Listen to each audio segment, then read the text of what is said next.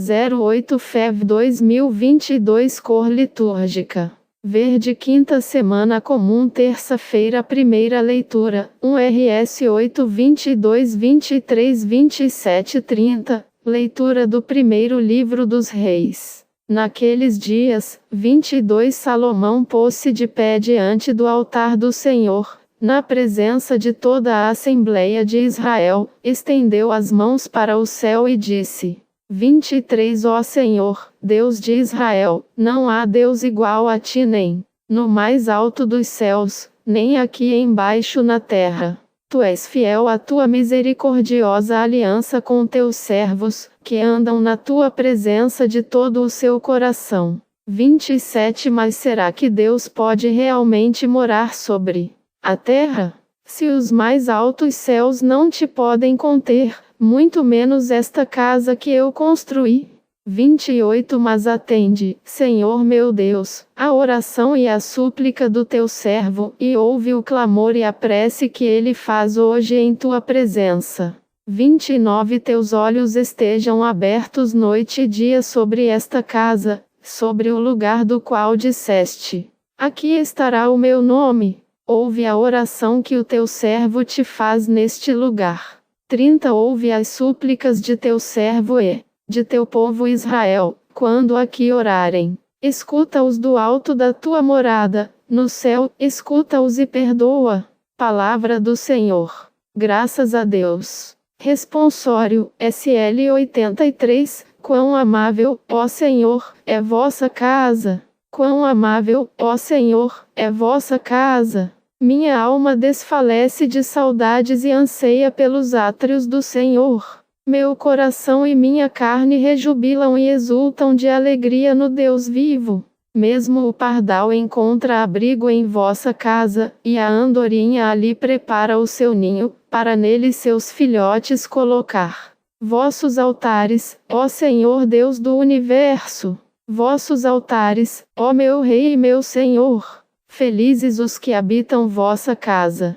Para sempre haverão de louvar. Olhai, ó Deus, que sois a nossa proteção, vede a face do eleito, vosso ungido. Na verdade, um só dia em vosso templo vale mais do que milhares fora dele. Prefiro estar no limiar de vossa casa, a hospedar-me na mansão dos pecadores. Evangelho, MC 7:1-13. O Senhor esteja convosco. Ele está no meio de nós. Proclamação do Evangelho de Jesus Cristo segundo Marcos. Glória a vós, Senhor. Naquele tempo, os fariseus e alguns mestres da lei vieram de Jerusalém e se reuniram em torno de Jesus. 2 Eles viam que alguns dos seus discípulos comiam o pão com as mãos impuras, isto é, sem as terem lavado.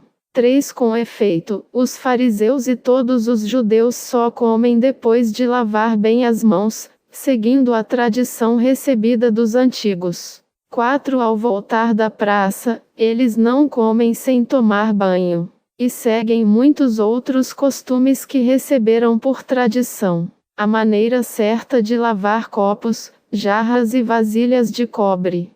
5 Os fariseus e os mestres da lei perguntaram então a Jesus: por que os teus discípulos não seguem a tradição dos antigos, mas comem o pão sem lavar as mãos? 6 Jesus respondeu: bem profetizou Isaías a vosso respeito, hipócritas, como está escrito: este povo me honra com os lábios, mas seu coração está longe de mim. 7 De nada adianta o culto que me prestam, pois as doutrinas que ensinam são preceitos humanos. 8 Vós abandonais o mandamento de Deus para seguir a tradição dos homens. 9 E dizia-lhes: vós sabeis muito bem como anular o mandamento de Deus, a fim de guardar as vossas tradições. 10 Com efeito, Moisés ordenou: honra teu pai e tua mãe. E ainda: quem amaldiçoa o pai ou a mãe deve morrer.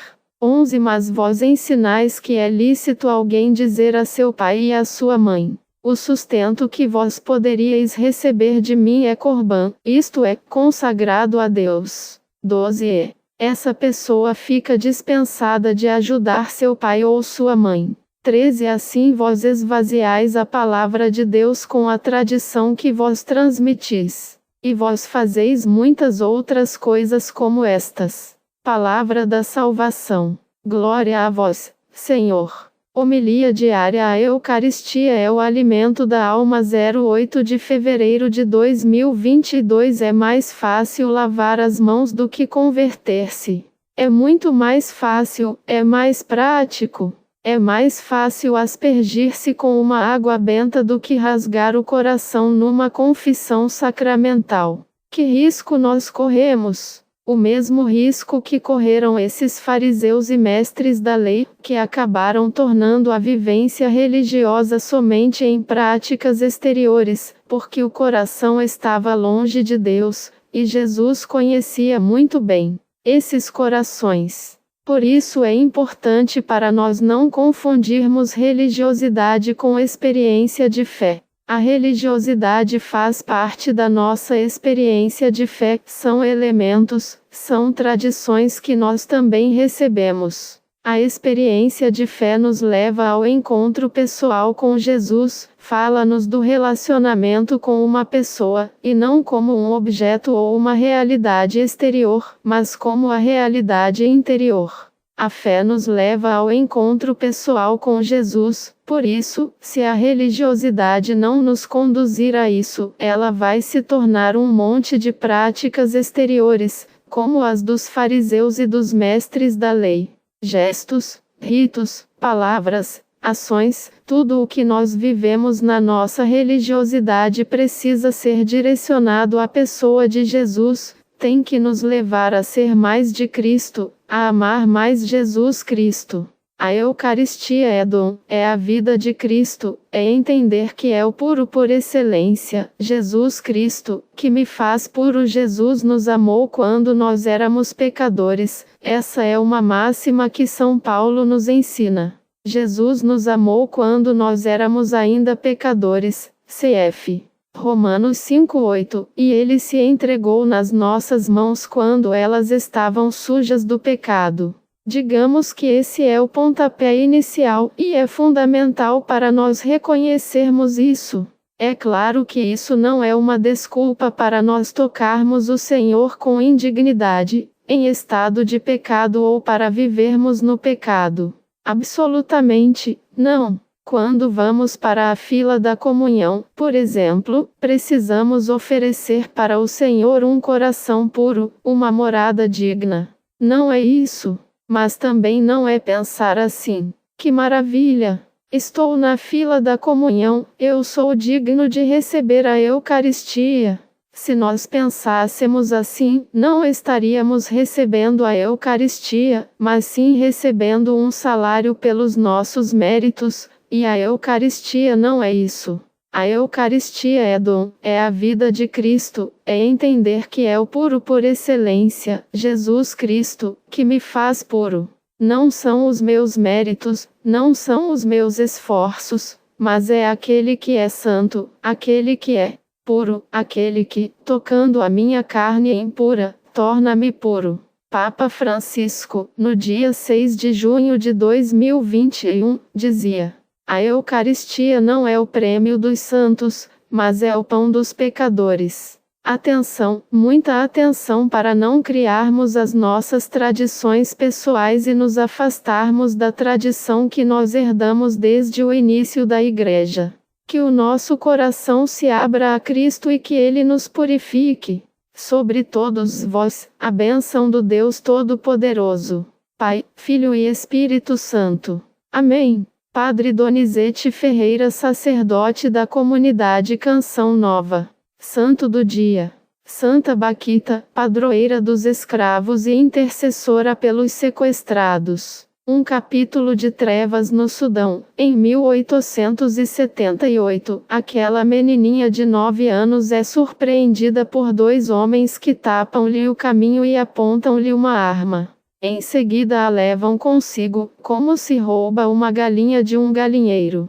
Naquele dia, como se fosse num pesadelo, a menina africana se esquece tudo, até mesmo o próprio nome, assim como o de seus pais, com quem morava. Escravidão. Os então mercantes muçulmanos decidem rebatizá-la Baquita. Eles a chamam Afortunada. Uma ironia para aquela menina que agora se torna mercadoria humana e passa de mão em mão nos mercados de escravos. Um dia, enquanto servia um general turco, lhe é gravada com faca uma tatuagem no corpo, 114 cortes e as feridas cobertas de sal para permanecerem evidentes. A luz Baquita sobrevive a tudo até que um raio de luz atinge o inferno. Um oficial italiano, Callisto Legnami, a compra dos traficantes. Nesse dia Baquita Afortunada veste pela primeira vez um vestido, entra numa casa, a porta é fechada e 10 anos de brutalidades indescritíveis ficam para trás. O oásis dura 2 anos, quando o italiano, que a trata com carinho, é forçado a repatriar sob a pressão da Revolução Madista. Baquita se recordará daquele momento. Ousei pedir-lhe que me levasse à Itália com ele. Callisto aceita e, em 1884, Baquita desembarca na península, onde para a pequena ex-escrava um destino inimaginável a espera. Ali, ela se tornou amiga e também babá de Alice, a filha mais nova do casal, que estava nascendo. Providência de Deus conforme Romanos 8:28, tudo concorre para o bem dos que amam a Deus. Em 1888 o casal que a hospeda viaja.